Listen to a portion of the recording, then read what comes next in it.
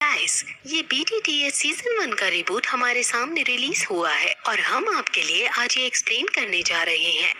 Episode की शुरुआत में हमें याओ लाओ को दिखाते हैं जो अपने दो डिसाइपल से लड़ते हुए और बचते हुए भाग रहा था। ये दो डिसाइपल्स काफी स्ट्रॉन्ग हैं और याओ लाओ को टक्कर दे पा रहे हैं। याओ लाओ भी इनसे लड़ रहा है और इनकी फाइट ऐसी लग रही है मानो दो देवता आपस में भिड़ रहे हों, क्योंकि इन तीनों के पास सेलेशियल वेपन्स और सेलेशियल फ्लेम्स मौजूद हैं। याओ लाओ जब एक से लड़ रहा होता है तो तभी दूसरा मौका पाकर याओ लाओ को पीछे से तलवार से मार देता है।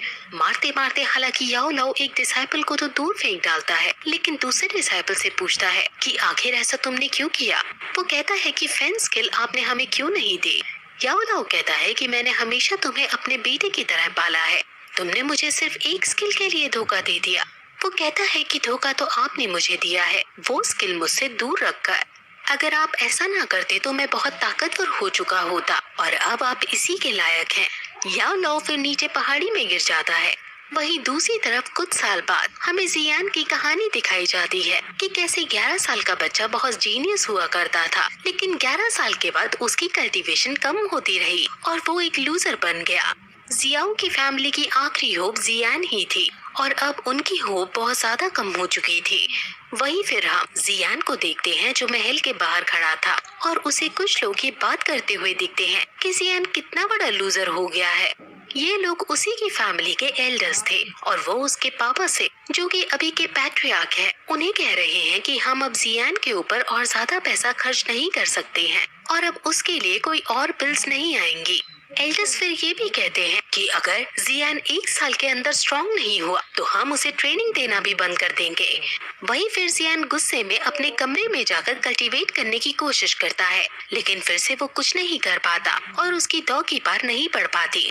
वो बहुत ज्यादा डिप्रेस रहने लगा है, लेकिन तभी उसे एक खबर आती है कि यंग लेडी उसे महल में मिलने आई है। ये लड़की नलन यानरैन है।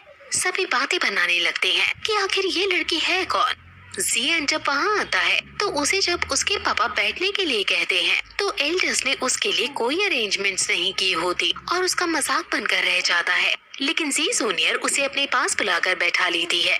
नलन यानरैन फिर आगे आकर जियान के पिता जीहान को ग्रीट करती है, जिस पर जीहान भी उससे प्यार से बात करते हुए उसके और उसकी फैमिली के हाल चाल पूछते हैं। नलन यानरैन उन सभी को अपने नीस से मिलवाती है। इनका नीस यूजी से ट्रेनिंग ले रहा है और वो बहुत ज्यादा स्ट्रॉन्ग है। इसका नाम गेये है और यूमा कहता है कि मैं यहाँ आपसे कुछ कहने आया हूँ। यूनलैंड सेक्ट अपने रूल्स को लेकर काफी स्ट्रिक्ट है और हमारे पैट्रियार्क को नलन यानरैन से काफी उम्मीदें हैं। वो इसको यून सेक्ट लीडर बनाना चाहते हैं, इसलिए हमने जो वादा आपसे किया था कि हम आपके बेटे और नलन यानरैन की शादी करेंगे, वो हम तोड़ रहे हैं। ये सुनकर जियान को काफी गुस्सा आ जाता है, क्योंकि चाइना के अंदर अगर लड़की वाले लड़के के घर आकर खुद से शादी तोड़ते हैं तो समाज में ये माना जाता है कि लड़का नापुंसक है। अगर ये रिश्ता टूट जाता है तो जियाओ फैमिली की बहुत ज्यादा बदनामी होगी। इसलिए जिहान भी कहता है कि तुम्हें पता भी है कि तुम क्या बोल रहे हो। जीहान फिर गुस्से में अपने फायर टाइगर की स्पिरिट बाहर निकाल लेता है और गेये भी उसके बचाव में आगे आ जाती है। एल्डर जीहान को शांत होने के लिए कहते हैं और फिर जीहान जब ये पूछता है कि क्या तुम्हारे ग्रैंडपा ने इसकी मंजूरी दे दी है, तो नलन यानरैन कुछ सोचकर कहती है कि उन्होंने मना किया है, लेकिन ये मेरा मैटर है और मैं इस शादी को तोड़ रही हूँ।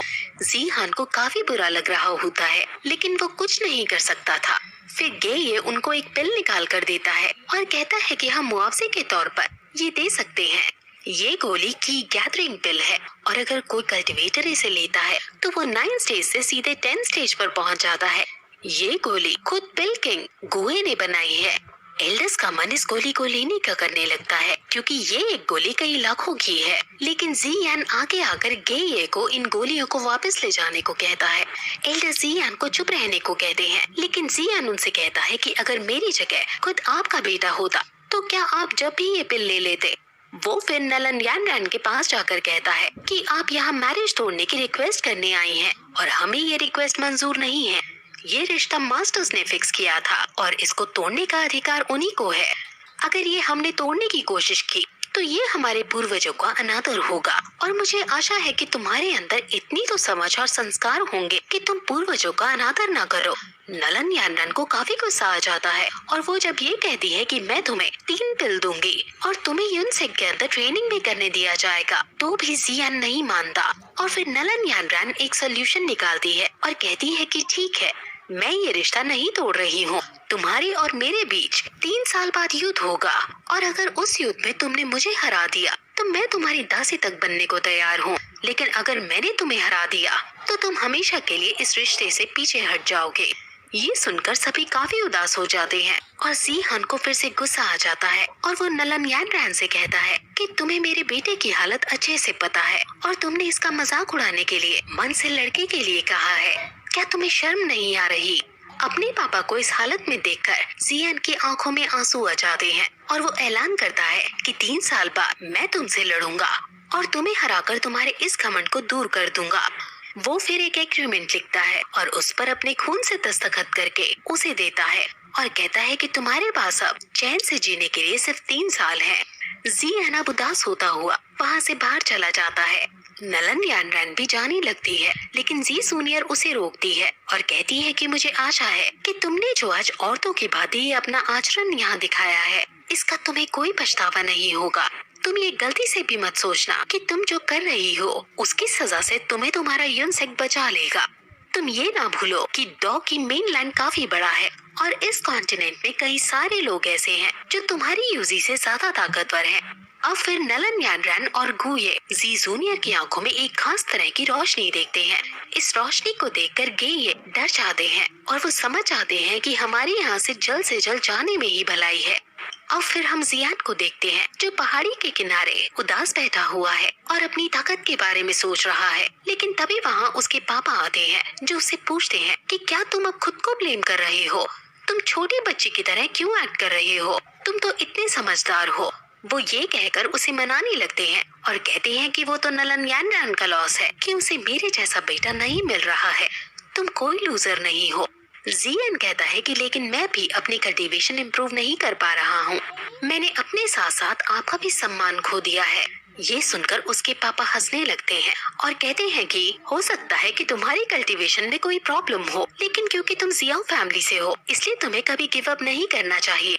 हमेशा सोल्यूशन की तरफ जाते हुए आगे बढ़ते रहना चाहिए। वो फिर उसे कुछ पिल्स देते हैं जो वो मीटियर ऑक्शन हाउस से लेकर आए थे। शायद ये पिल्स जियान की डॉगी को फिर से इकट्ठा करने में कामयाब हो जाए। अब फिर वो वहाँ से चले जाते हैं।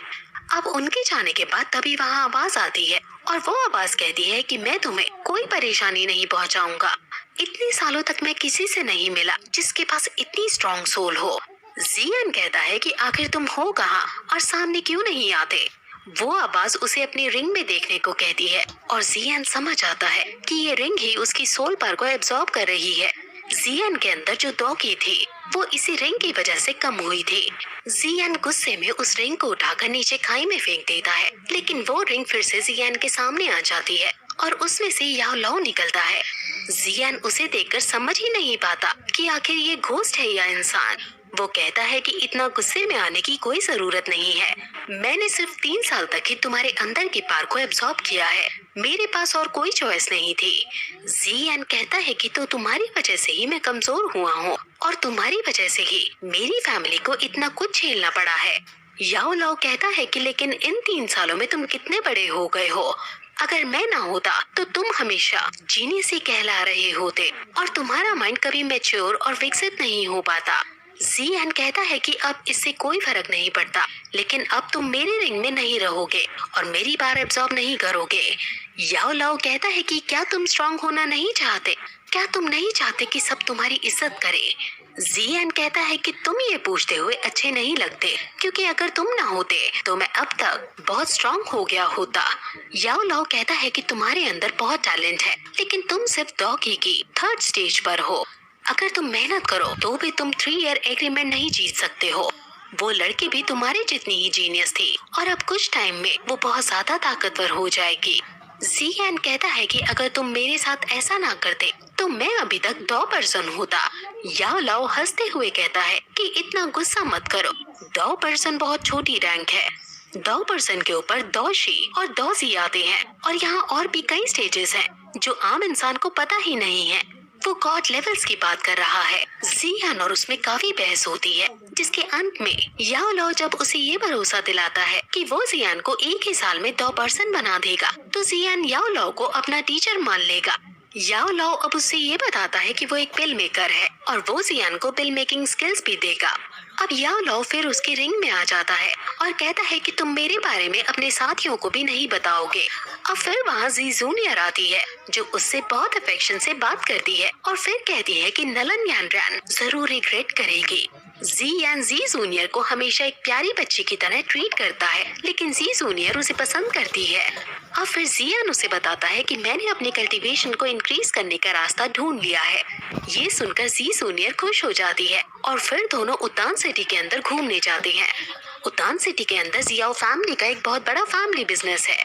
जियान यहाँ से काफी सारी हर्ब्स लेने लगता है, लेकिन आगे जाने पर उसे एक जगह कम भीड़ दिखाई देती है और फिर तभी वहाँ जियाली हाउस के लोग आ जाते हैं और वो जियान के वहाँ आकर उसे लूजर कहने लगते हैं।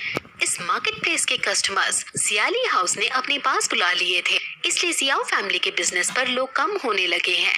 वो लोग क्योंकि जियाओ फैमिली का मजाक उड़ा रहे हैं, इसलिए जी जूनियर को काफी बुरा लगता है, लेकिन जियान उसको कुछ ना करने को कहता है।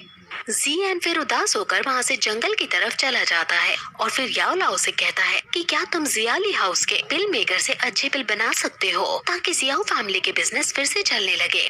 याओ लाओ कहता है कि जब तुम डॉ% बन जाओगे तो मैं तुम्हें पिल मेकिंग भी सिखा दूंगा, और फिर वो उसकी मार्शल आर्ट्स की ट्रेनिंग शुरू करता है और फिर यही एपिसोड खत्म हो जाता है।